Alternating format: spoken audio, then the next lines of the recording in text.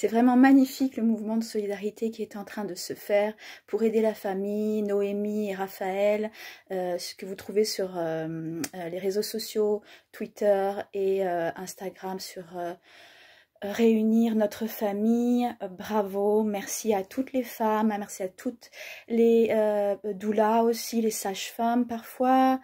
Les gens qui prennent position en les soutenant, je pense que ça doit leur faire du bien. Moi-même, j'ai essayé de contacter plusieurs fois la PMI de Vitré. Il est à chaque fois impossible de les avoir. La médecin de PMI refuse absolument toute discussion.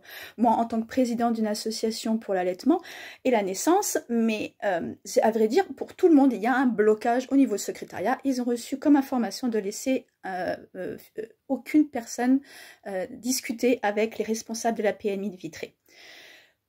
C'est extrêmement compliqué parce que normalement ce sont des fonctionnaires d'État, ils n'ont absolument pas à refuser de discuter, que ce soit avec des journalistes, que ce soit avec des membres d'associations ou pas, parce que toutes les femmes ici sont citoyennes, sont contribuables, même si vous payez très peu d'impôts, à vrai dire vous payez vos taxes.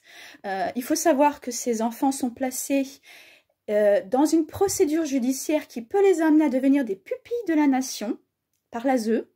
Qui dit pupille de la nation dit prise en charge avec nos impôts.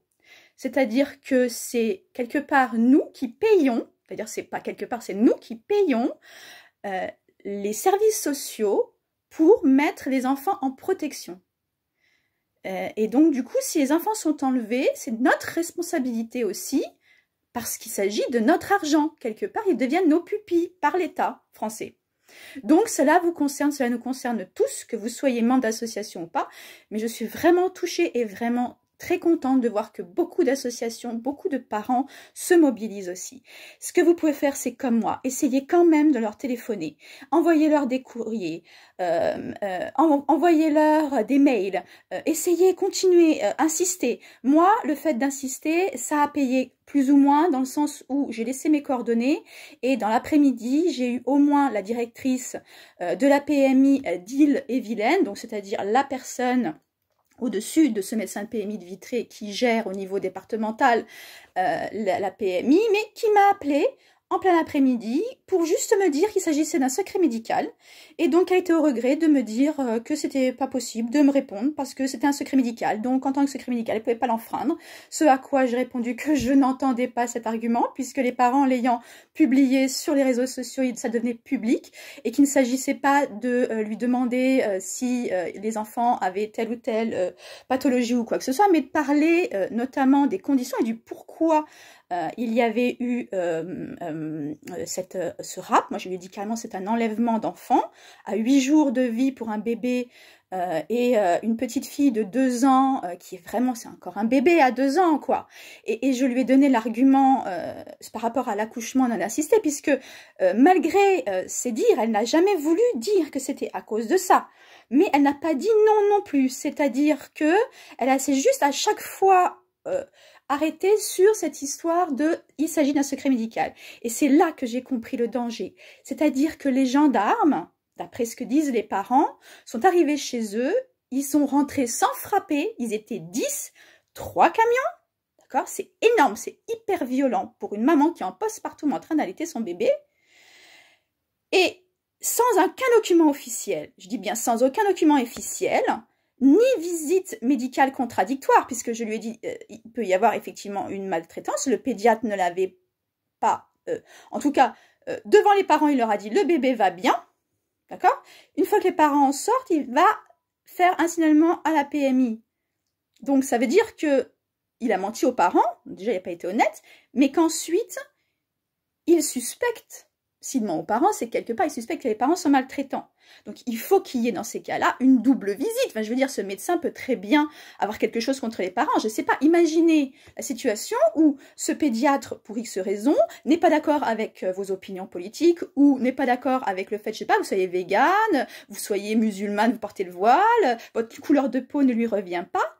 Il y a plein de raisons qui peuvent faire que tel ou tel fonctionnaire peut abuser de son pouvoir, et c'est le cas aujourd'hui, on le voit bien dans nos institutions et services publics, sur plein d'autres domaines et pas que sur la naissance, Donc du coup, là, la décision d'une personne qui peut être complètement, enfin qui peut pas ne pas être neutre, qui considère que l'enfant est en danger pour X raisons sans réellement d'analyse médicale.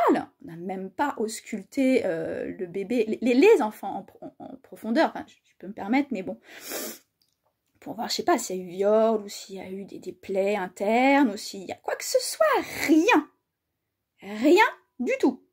Juste pour un signalement abusif de un médecin, une médecin de PMI qui n'a pas vu et qui n'a pas pu voir la mère. Et visiblement, c'est ça aussi qui a bloqué. C'est-à-dire qu'il voulait ausculter la mère. Mais moi, je suis désolée. Vous venez d'accoucher, vous n'avez pas envie d'ouvrir votre corps, votre sexe et votre utérus à tout va et le montrer à n'importe qui.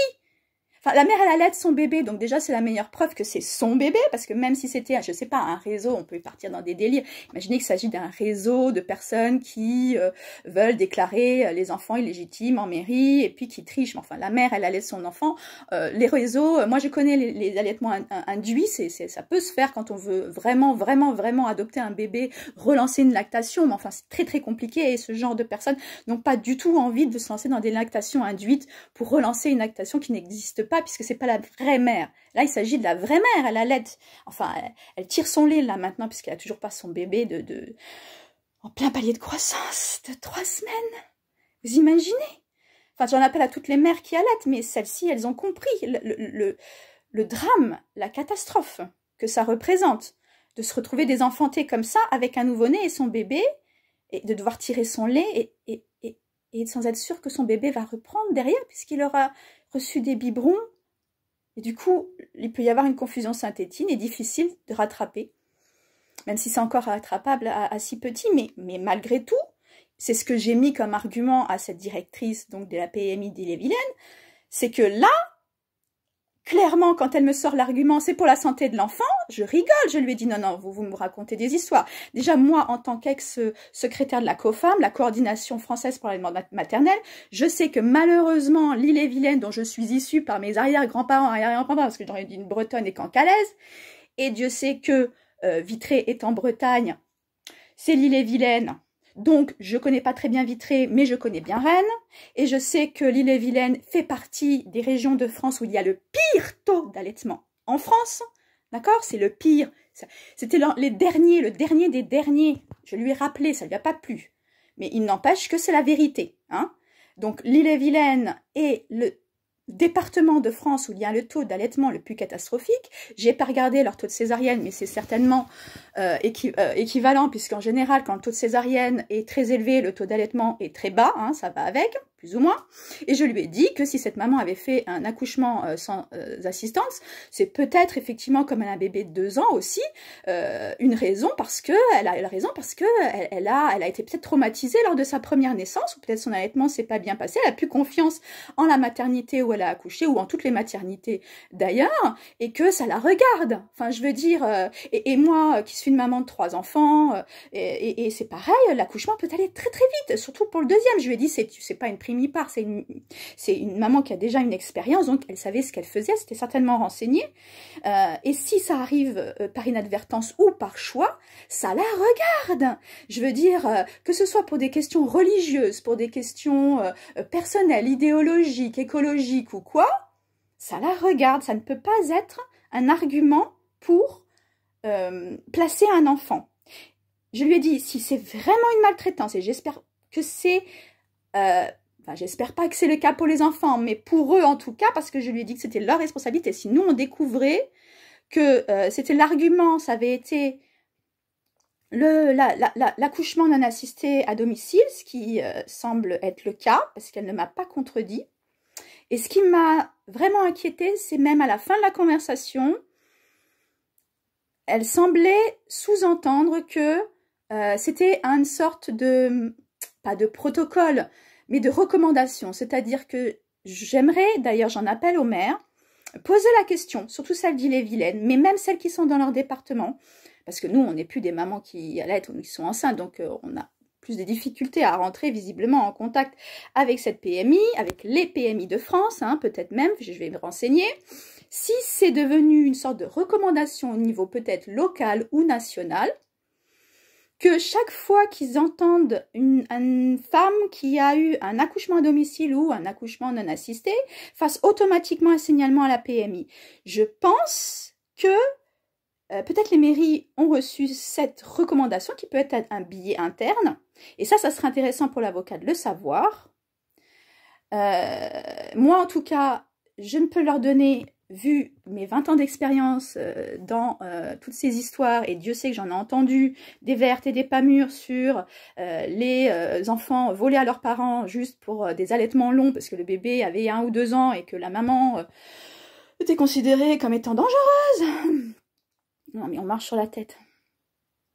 Et le père qui récupère la garde, par exemple. C'est un très bon argument, ça, devant les juges. Ah, la mère allaite encore, bah c'est qu'elle est incestueuse ou abusive.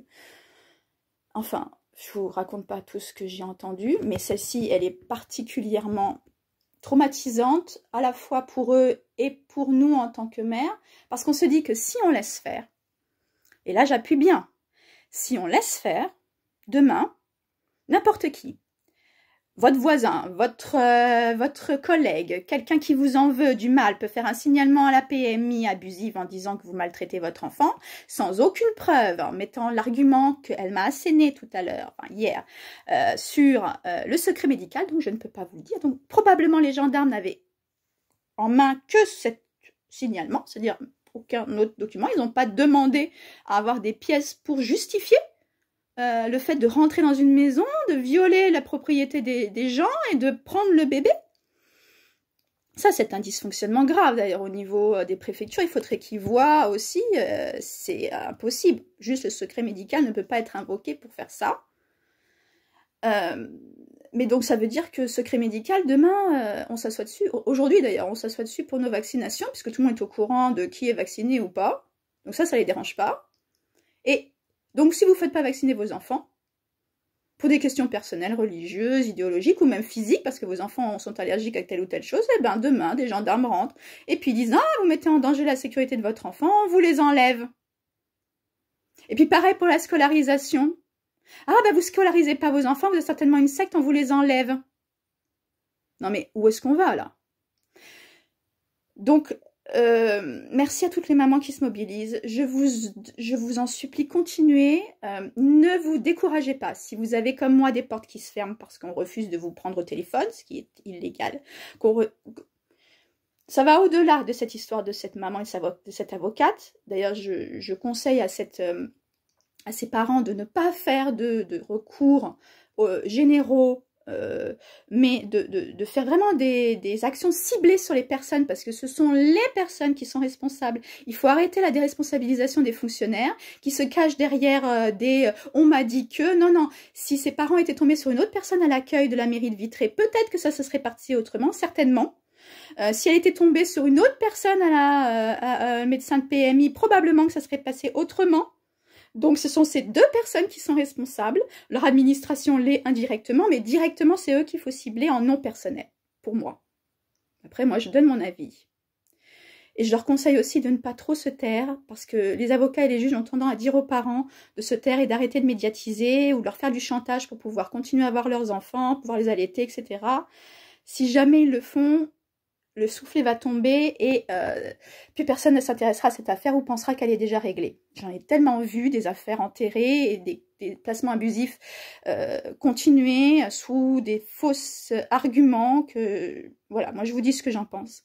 Et j'en appelle aux mères, parce que ça nous concerne aussi, nous, en tant que femmes, en tant que mère, en tant que membre d'association, en tant que doula, en tant que sage-femme, tout ça, ça nous concerne, nous, en tant que citoyennes, parce que nous payons nos impôts, nous sommes contribuables, etc., pour les raisons que j'ai déjà invoquées sur les pupilles de la nation, c'est notre argent aussi. Et donc, du coup, je vous encourage à continuer d'envoyer des documents, à continuer de les harceler au téléphone, sans être agressive ou violente, mais avec des arguments. Voilà, et si vous sortez l'argument, vous n'étiez pas sur place, parce que ça, on entend aussi, mais alors ça, c'est insupportable d'entendre des femmes dire à d'autres femmes, non, mais on n'est pas sur place, on ne connaît pas la famille, il n'y a pas de fumée sans feu, etc. Vous savez, toujours ce même chose, c'est pareil pour les viols. C'est toujours cette idée, la justice prend son cours, regardez ailleurs, il n'y a rien à voir, ça ne nous concerne pas, on laisse faire, il doit y avoir une raison. Ça, c'est très égoïste. C'est les gens qui vous disent ça, ce sont des gens qui ont finalement n'ont pas vraiment envie de savoir et de s'engager, parce que sinon, ils chercheraient comme moi les informations et ils iraient à la source. Donc moi, ce que je veux, c'est avoir la PMI de Vitré, la personne qui est responsable de la PMI Vitré. C'est très bien d'avoir eu la directrice d'Ille-et-Vilaine, mais c'est pas elle qui... Par contre, c'est elle qui a le pouvoir, effectivement, à la fois d'arrêter tout l'engrenage au niveau de l'ASE et d'aller faire des enquêtes internes. Et c'est très bien qu'elle ait appelé, d'ailleurs, je la remercie, même si on n'est pas d'accord, chacun a son point de vue à défendre. Mais par contre, la responsable de base, c'est cette médecin de PMI. Et l'ASE de Champy, en plus, qui refuse que cette mère qui allaite son bébé vienne l'allaiter au moins 2 fois par jour, même 1 heure, c'est trop peu, mais enfin, au moins 2 fois par jour, même en puéricultrice, c'est ce que je lui ai dit hier, même les puéricultrices dans les hôpitaux, en pédiatrie, elles ne feraient pas ça, elles n'empêcheraient pas la mère de donner le lait de son enfant. Ils la mettent en danger. Ils mettent ce bébé et cette mère en danger. Le bébé, parce qu'il ne reçoit pas le lait de sa mère et qu'il est sevré brutalement, donc il risque, donc à mon avis, il a dû perdre du poids, il est traumatisé, stressé, et elle me sort que c'est pour la santé de l'enfant. Et je lui dis pour la santé de la mère, l'utérus qui se remet en place, les seins gonflés et qui vont douloureux avec des risques de mastite et compagnie. Non. Non, ça n'existe pas. Donc ça m'étonne pas, visiblement l'Ille-et-Vilaine, je vous dis, ils y connaissent pas grand-chose en allaitement, hein, en tout cas au niveau des PMI. Hein. Donc si vous êtes sur le secteur, appelez. Si vous êtes en dehors du secteur, renseignez-vous, vous êtes légitime quand même, on est en France. Mais lâchez pas. Ne lâchez pas cette famille. Il en va à la fois de la sécurité, de la santé de ces bébés et à la fois des nôtres, plus tard. Parce que aujourd'hui, c'est eux, demain, c'est nos enfants, nos petits-enfants, nos cousins, nos cousines, nos amis, nos sœurs, etc. Alors, sororité, solidarité, avec les hommes aussi. On a besoin de vous et on lâche rien. Merci.